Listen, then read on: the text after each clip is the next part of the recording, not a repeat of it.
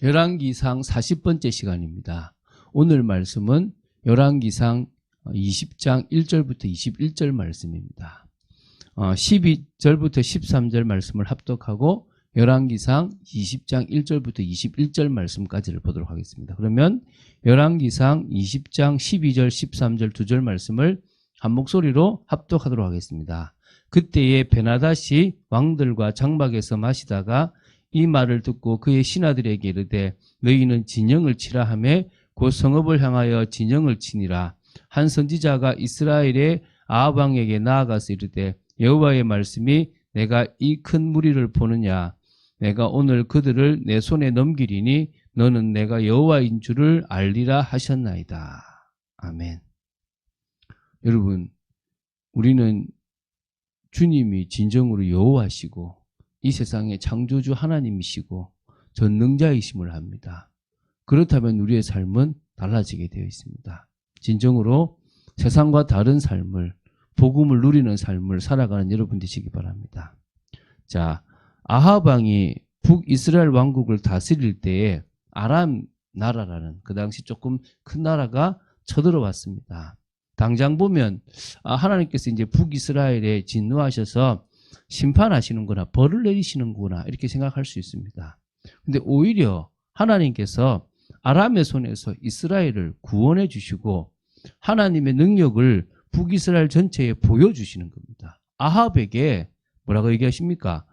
내가 오늘 그들을 네 손에 넘기겠다라고 얘기했어요. 그래서 내가 여호와인 줄을 네가 알게 하겠다라고 얘기하는 거예요. 이거 우리가 생각했던 것하고 좀 다르잖아요. 사실 아합은요, 이 하나님의 역사를 알지 못하는 어리석은 왕입니다. 열왕기상 20장의 이 마지막 부분에 보면 역시 하나님의 능력을 이제 앞에 봐놔놓고도 내가 잘한 줄 알고 내가 용서하면서 자기가 폼을 잡아요. 결국 이게 망할 수밖에 없거든요. 하나님이 회개할 수 있는 기회를 주셨는데 이 아합은요, 결국은 전혀 그런 사람이 아닌 모습들이 이제 다음 주 월요일 보게 되면 이제 보게 될 것입니다. 자, 그래서 어떤 의미에서는요, 이 부분을 통해서 이렇게 하나님은 악한 왕이 지배하는 나라이지만 당신의 백성이 있기 때문에 당신의 능력을 보여주시고 그들을 보호하시고 그들에게 믿음을 주시고 있고요. 또 아합 왕에도 마지막까지 기회를 주시는 모습들이 있습니다. 그래서 결국은 이 엘리야가 말씀을 받았던 것처럼 저 북이스라엘에 아직 바알에게 무릎 꿇지 않은 7천인도 있고 여러 일이 있고 하나님의 능력을 보여야 될 때가 보이지만 또 아합에게도 보여주시지만 결국은 하나님이 택한 자는 믿음을 가지고 또 하나님의 은혜가 없는 그들에게는요, 결국은 그냥 교만 속에서 망할 수밖에 없습니다. 물론 기회를 줬는데도 안 되는 부분들도 사실 있겠죠. 자, 오늘 보게 될 열왕기상 20장 1절부터 21절은요. 두 문단으로 되어 있습니다. 첫 번째가 아람 왕 베나닷이 북이스라엘의 수도인 사마리아 성을 포위해 가지고요. 굴욕적인 항복을 이렇게 요구한 겁니다. 그때 아합은 이를 거절합니다. 그래서 이제 두 번째로 아람 나라의 군대와 북이스라엘 군대의 첫 번째 전투에서 이스라엘이 한 선지자의 예언대로 승리하는 내용입니다. 오늘은 승리하는 내용까지 보고 또 한 번 더 승리하는 모습은 이제 다음 주 보도록 하겠습니다. 그럼 먼저 1절부터 10절입니다. 북이스라엘 왕 아합과 아람 왕 베나닷 사이의 전쟁은 대략 한 BC 857년쯤 722년에 망하니까 아직은 남았죠. 그죠? 발생한 것으로 추정합니다. 여기서 베나닷은요, 유다 왕 아사와 동맹을 맺고 북이스라엘을 공격한 베나닷 1세의 아들인 베나닷 2세라고 이렇게 보고 있습니다.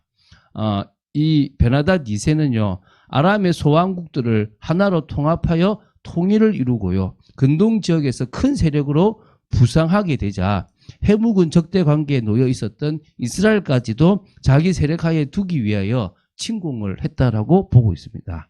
그래서 자신의 관할하에 있는 아람의 32개 소왕국의 왕들을 다 거느리고 이스라엘을 침공하여 사마리아를 포위한 겁니다. 그러니까 32개의 소왕국을 다, 왕들을 다 데리고 온 겁니다. 폼 잡은 거죠. 그리고 이제 굴욕적인 항복을 요구했습니다. 이 베나닷은요, 아합의 처지와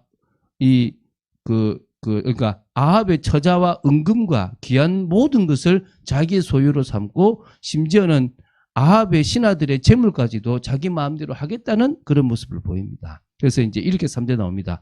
내 은금은 내 것이요 내 아내들과 내 자녀들의 아름다운 자도 내 것이다 라고 이렇게 얘기를 해요. 그러니까 이게 지금 요구가 처음에는 조금 봐줄게 좀 내한테 해라 이러면은 항복할 건데 너무 강하니까 아합도 지금 그렇게 되는 거예요. 그래서 아합은 처음에는 조금 요구에 응하는 모습을 비굴한 모습을 보였습니다.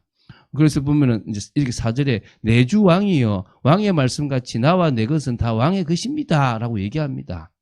그런데 이제 베나닷이 더 강하게 자신의 뜻을 밝히니까 이제 5절 6절입니다. 내가 이미 내게 사람을 보내어 말하기를 너는 내 은금과 아내들과 자녀들을 내게 넘기라 하였거니와 내일 이맘때에 내가 내 신하들을 내게 보내리니 그들이 내 집과 내 신하들의 집을 수색하며 내 눈이 기뻐하는 것을 그들의 손으로 잡아 가져가리라. 끌고 가겠다 이렇게 얘기한 겁니다.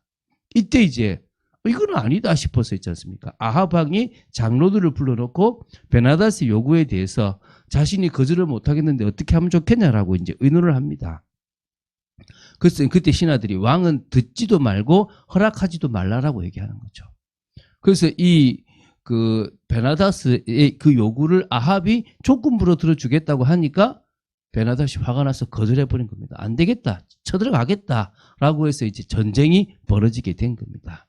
요까지가 지금 이제 사실은 그거잖아요. 요때 이제 저기 11절에 보면요. 베나닷이 자신의 신들의 이름을 들먹이며 이스라엘의 사마리아 성을 철저히 잿더미가 되게 하겠다는 것을 이스라엘 왕에게 말합니다. 그래서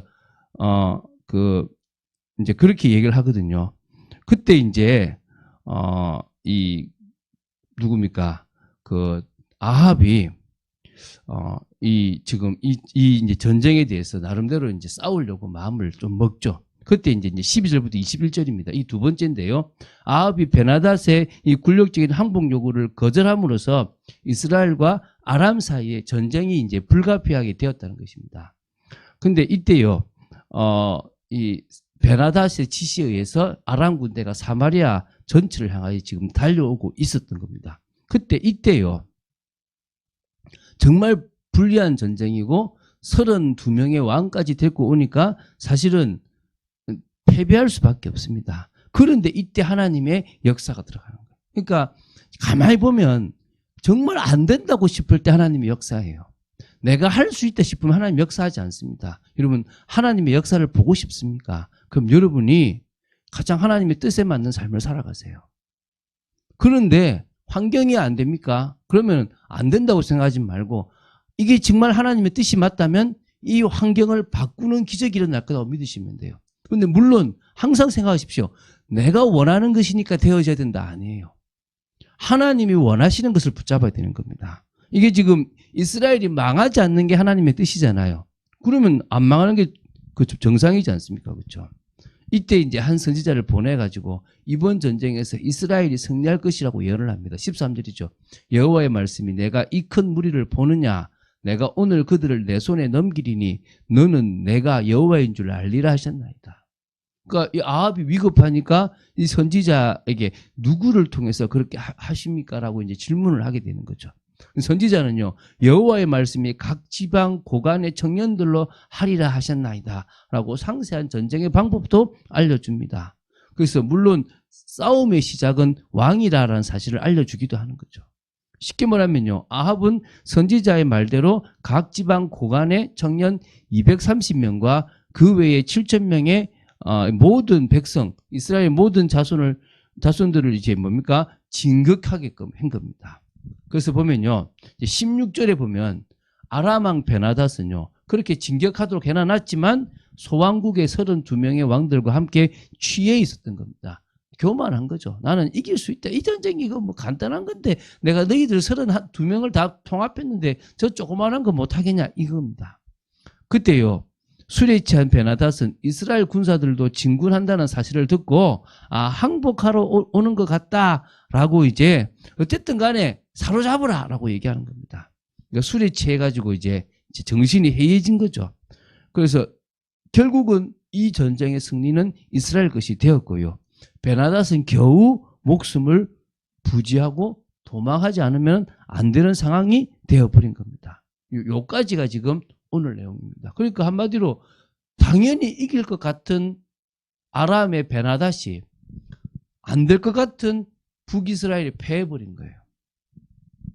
자, 앞에서 질문했죠. 왜 하나님은 북이스라엘 백성들에게 승리를 하도록 역상하셨는가? 지금 이렇게 악을 행하면 심판해도 되는데 뭐라고요? 하나님은 당신의 능력을 그 북이스라엘 백성들에게 보이고 그들이 회개하고 여호와의 신앙으로 돌아오기를 원하셨다는 거예요. 그것을 또 한 번 싸움에서 이기게끔 해주면서도 보여주는데 이 아합이 그걸 모르고요. 이스라엘 백성들도 그런 하나님의 은혜를 모릅니다. 물론 그 속에 진짜 하나님의 은혜 받을 사람들은 알고 새로운 부흥운동이 엘리야와 엘리사를 통해서 믿음의 사람들이 세워지는 것은 있습니다. 그건 또 뒤에 보도록 하고요. 자, 오늘 우리는 뭐를 생각해야 됩니까? 하나님은 당신의 백성들에게 늘 기회를 주시고 돌아오기를 바라시고 믿음으로 승리하기 원합니다. 우리가 바깥에 있다면 돌아오면 되고요. 우리가 믿음에 있다면 더더욱 믿음으로 하나님 앞에 나아가면 됩니다. 그러면 우리 삶에 하나님의 역사를 보게 될 줄로 믿습니다. 그래서요, 우리가 매일매일 믿음으로 살아갈 복음적인 삶, 사랑의 삶을 살아갈 때 하나님은 우리 삶에 기적을 일으키실 것이고 그 모든 싸움에서 우리 편이 되어 주실 것입니다. 물론 무조건 싸워 이기게 되는 것은 아닙니다. 그러나 하나님의 능력을 드러낼 수 있는 기회와 은혜를 허락하실 것입니다. 여러분의 삶을 살지 마세요. 여러분의 삶은 실패 삶입니다. 사단에게 속는 삶입니다. 주님이 우리에게 맡기신 삶을 살아가세요. 주님이 나에게 원하시는 삶을 살아가세요. 그게 시작입니다. 그 삶을 살아갈 때부터 하나님은 모든 것을 당신의 뜻대로 진행하실 줄로 믿으시기 바랍니다. 이 시간 기도하겠습니다. 주는 그리스도시요 살아계신 하나님의 아들이심을 고백합니다. 아합을 향해서 주시는 그 기회를 아합은 결국 놓치게 됩니다. 그러나 하나님은 그것을 통하여 당신의 뜻을 이루고 당신의 백성을 구원하시는 줄로 믿습니다. 이 세상에 많은 사람들이 있지만 저희들은 내 인생을 살아가기 위해서 하나님을 믿는 것이 아니라 주님의 뜻을 온전히 이루고 주님이 맡기신 인생을 살아가기 위해서 믿음으로 나아가는 저희들 되기를 원하며 온전히 저희들의 모든 것을 끝내신 주님만을 바라보고 살아가는 저희들 되기 원합니다. 역사하여 주시옵소서, 은혜를 허락하여 주시옵소서, 주 예수 그리스도 이름으로 기도드립니다. 아멘.